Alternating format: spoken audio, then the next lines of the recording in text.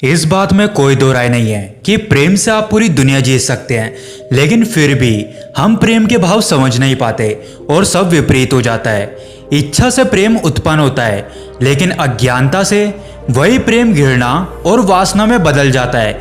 इसलिए सच्चे प्रेम को पहचानना बहुत ही जरूरी है। लेकिन इसे हम पहचानेंगे कैसे? सच्चा प्रेम आखिर होता क्या है? इसको आज हम गौतम बुद्ध के सबसे प्रिय शिष्यों में से एक आनंद की एक छोटी सी कहानी के माध्यम से जानने की कोशिश करते हैं। एक बार गौतम बुद्ध और उनके प्रिय शिष्य आनंद एक गांव में ठहरे हुए थे। फिर वो दोनों उस गांव में भिक्षा मांगने के लिए गए। तभी रास्ते में उन्हें बहुत तेज प्यास लगी। जब उन्होंने आसपास देखा तो उन्हें अपने निकट ही एक कुआं दिखाई दिया। वो उस कुएं के पास गए। वहां पर एक युवती कुएं से पानी भर रही थी। आनंद उस युवती के पास गया और उससे बोला कि मुझे बहुत तेज प्यास लगी है, कृपया कर आप मुझे थोड़ा सा पानी पिला दीजिए। पहले तो वो पानी देने के लिए मान गई, लेकिन फिर बाद में उसने अपना घड़ा पीछे करके पानी देने से मना कर दिया। वो बोली, मैं आपको पानी नहीं दे सकती क्योंकि मैं नीची जाति से हूँ। मेरे हाथ का पानी पीने से आपका धर्म नष्ट हो जाएगा। आनंद ने कहा, मैंने तुमसे पानी मांगा है, तुमसे तुम्हारी जाति नहीं पूछी। आप इसकी चिंता ना करें, आप मुझे पानी दीजिए। पानी पिलाना तो पुण्य का काम होता है। हमारे गुरु कहते हैं कि इस धरती पर कोई ऊंच नीच जाति नहीं होती, सब एक समान ही होते हैं। यह सुनकर वो युवती बहुत ही खुश हो गई और उसने उन्हें पानी पिलाया। पानी पीने के बाद आनंद वहां से चले गए। वो युवती भी आनंद के पीछे पीछे उनके निवास तक ये जानने के लिए गई कि आखिरकार वो कौन है और वो कहाँ रुके हैं। उसने ये भी पता लगा लिया कि उनका नाम आनंद है और वो गौतम बुद्ध के शिष्य हैं। वो युवती घर लौटते समय आनंद के बारे में ही सोची जा रही थी। उसे उनकी सोच बहुत ही पसंद आई।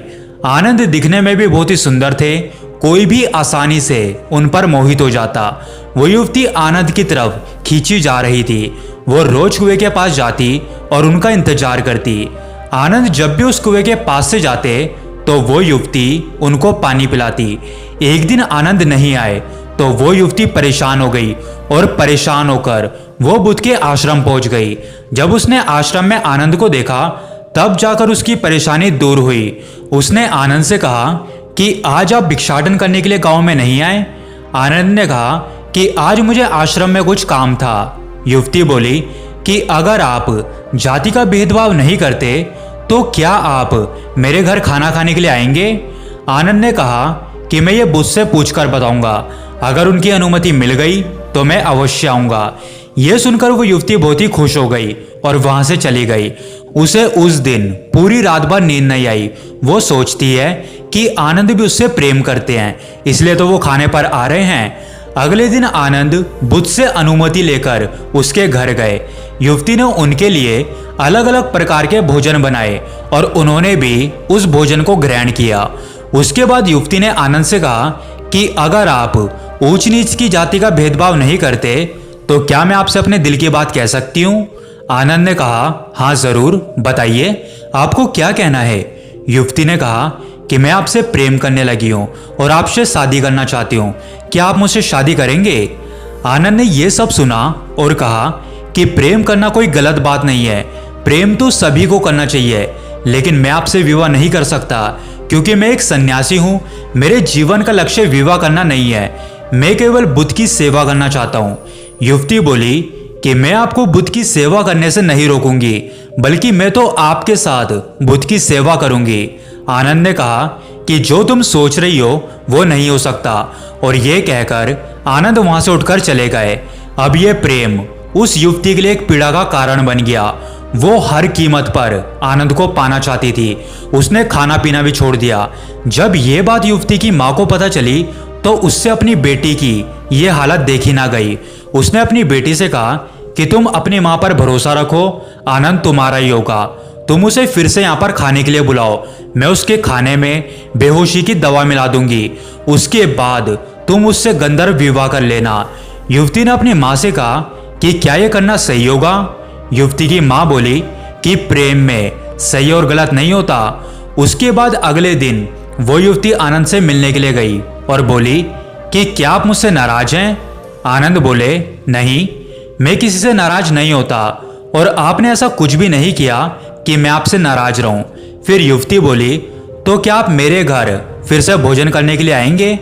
आनंद ने कहा कि मैं बुद्ध से अनुमति लेकर भोजन पर अवश्य आऊंगा। अगले दिन आनंद उस युवती के घर भोजन करने के लिए गए। इस बार भोजन में उन्होंने बेहोशी की दवा मिलाई हुई थी। आनंद उसे खाते ही बेहोश हो गए। युवती की मां ने कहा कि जाओ, अब तुम गंधर्व विवाह कर लो। युवती अंदर जाती है और तैयार होकर बाहर आती है। जैसे ही वो वरमाला लेकर आनंद के पास गई, उतने में ही आनंद की बेहोशी टूट गई। जब वो उस युवती को वरमाला के साथ अपने पास देखते हैं तो वो आश्चर्यचकित रह जाते हैं। युवती भी आनंद को इस तरह देखकर बहुत ही घबरा गई। आनंद ने उस युवती को अपने आप से दूर किया और बिना कुछ कहे वहां से उठकर चले गए। युवती कुछ नहीं कर पाई। फिर उसने अपनी माँ से कहा कि आपके कारण आनंद मुझसे दूर हो गए। मुझे ऐसा नहीं करना चाहिए था। मैंने बहुत बड़ा पाप किया है। अब तक वो मेरे हाथ से पानी तो पीते थे, लेकिन अब तो वो मेरा चेहरा भी नहीं देखेंगे। वो पूरी रात भर इसी पीड़ा में रही और अगली सुबह होते ही वो बुद्ध के आश्रम पहुंच गई और बुद्ध से बोली कि हे बुद्ध, मैं आनंद से प्यार करती हूँ। बुद्ध उससे पूछते हैं कि आनंद में ऐसी क्या विशेषता है जिसने तुम्हें मोहित कर दिया? वो युवती कहती है कि मुझे आनंद की आंखें, चेहरा, हाथ, नाक, कान सब कुछ अच्छा लगता है।